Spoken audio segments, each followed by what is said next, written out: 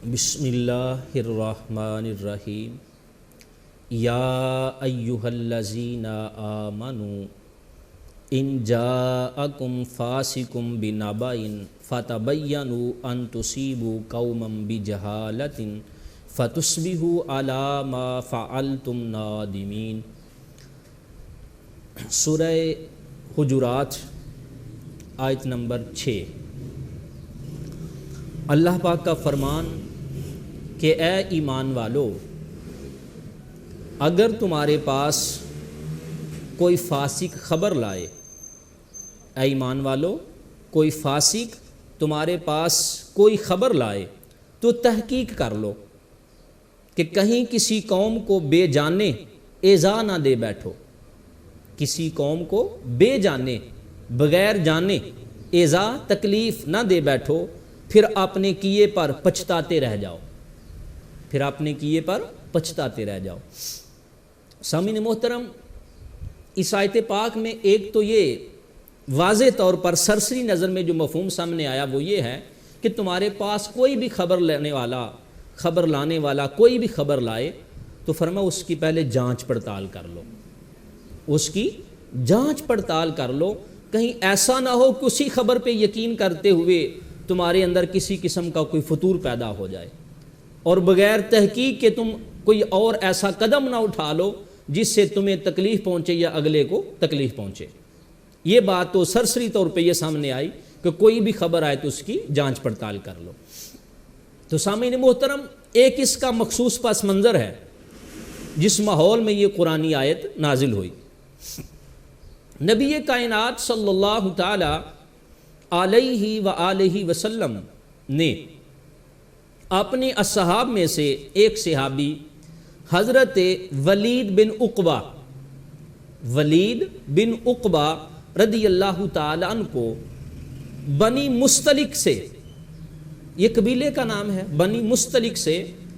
صدقات، زکوٰۃ اور فنڈ وصول کرنے کے لیے آپ نے ان کو بھیجا کہ جاؤ اس قبیلے کے پاس، وہاں سے زکوٰۃ اور صدقات کا فنڈ جو ہے وہ ان سے وصول کر کے لاؤ۔ جناب ولید بن عقبہ رضی اللہ تعالیٰ عنہ سفر کر کے وہاں پہنچے۔ آپ ابھی اس بستی سے، اس قبیلے سے تھوڑا پیچھے ہی تھے، ان لوگوں تک بھی یہ خبر پہنچ آئی تھی کہ اللہ کے رسول صلی اللہ علیہ وسلم کا نمائندہ یہاں پہنچنے والا ہے۔ تو اس گاؤں والوں نے، بستی والوں نے نمائندہ رسول سمجھ کر اس کا استقبال کرنے کے لیے اپنے گاؤں سے باہر نکل آئے کہ اللہ کے رسول کا بھیجا ہوا آدمی آ رہا ہے تو اس کی عزت، تعظیم، رسپیکٹ کے لیے ہمیں یہاں سے آگے نکلنا چاہیے۔ ادھر ولید بن عقبہ نے اپنے ذہن میں یہ خیال سمجھا کہ اس قبیلے کے ساتھ میری پرانی دشمنی ہے، تو یہ لوگ مجھے دیکھ کر میرے ساتھ وہ پرانی دشمنی کا بدلہ لینے کے لیے اپنے گاؤں سے باہر نکل آئے۔ تو بجائے آگے جانے کے وہیں سے پیچھے پلٹے اور سیدھا آ کے حضور کی بارگاہ میں عرض کر دیا کہ حضور انہوں نے زکوٰۃ کا فنڈ دینے سے انکار کر دیا۔ تو پیارے آقا صلی اللہ تعالی وسلم نے ان سے تو کچھ نہ کہا، ساتھ ہی آپ نے ایک خفیہ حالات کے اندر حضرت خالد بن ولید کو، پیارے آقا علیہ السلام یا دیگر کسی صحابی کو آپ نے بھیجا کہ جاؤ آپ وہاں کے حالات معلوم کر کے آؤ۔ وہاں جا کے سب سے پہلے آپ نے آذانوں کا انداز دیکھنا کہ قوم وہاں اذان پڑھتی ہے، اسلامی شعار کا وہاں وجود ہے، اگر ہوا تو ٹھیک ہے، پھر ان سے صدقہ و زکوٰۃ کا تقاضا کرنا، اگر ہو گیا تو اچھی بات، نہیں تو پھر ان کے ساتھ وہی کرنا جو کفار کے ساتھ کیا جاتا ہے۔ جب یہ دوسرا نمائندہ حضور کا وہاں پہنچا تو اس قوم نے اذانیں بھی دیں، نمازیں بھی پڑھی اور حضور کا نمائندہ سمجھ کے استقبال بھی کیا، صدقہ و خیرات کے تمام فنڈ بھی ان کے سپرد کر دیے، اور بلکہ اس بات کا اظہار بھی کیا کہ اللہ کے نبی، ہم تو اس شخص کا استقبال کرنے کے لیے گھر سے باہر نکلے تھے اور انہوں نے یہ سمجھا کہ مجھے قتل کرنے کے در پہ ہیں۔ تو پیارے آقا صلی اللہ تعالی وسلم کے پاس جب یہ تمام خبریں پہنچی تو اس وقت اللہ رب العزت نے پھر یہ قرآنی آیت نازل فرمائی کہ یا ایھا الذین آمنوا ان جاءکم فاسق بنبأ فتبینوا ان تصیبوا قوما بجہالۃ، کیا ایمان والو جب بھی کوئی خبر لانے والا تمہارے پاس خبر لائے تو اس کی خوب تحقیق کر لیا کرو، اس کی جانچ پڑتال کر لیا کرو، کہیں بے جانے کے اندر کسی کو ایذا نہ دے بیٹھو۔ یعنی یہ تو نبی کائنات آقا دو جہاں کا خاصہ تھا نا سامعین محترم، کہ رب نے وحی کے ذریعے ان کو تو آگاہ کر لیا، تو یہ معاملہ حل ہو گیا۔ یہ واقعہ اپنی جگہ پہ، یہ حکم اپنی جگہ پہ، لیکن اس کے اندر قیامت کے بعد تک کے اصول اس کے اندر موجود ہیں۔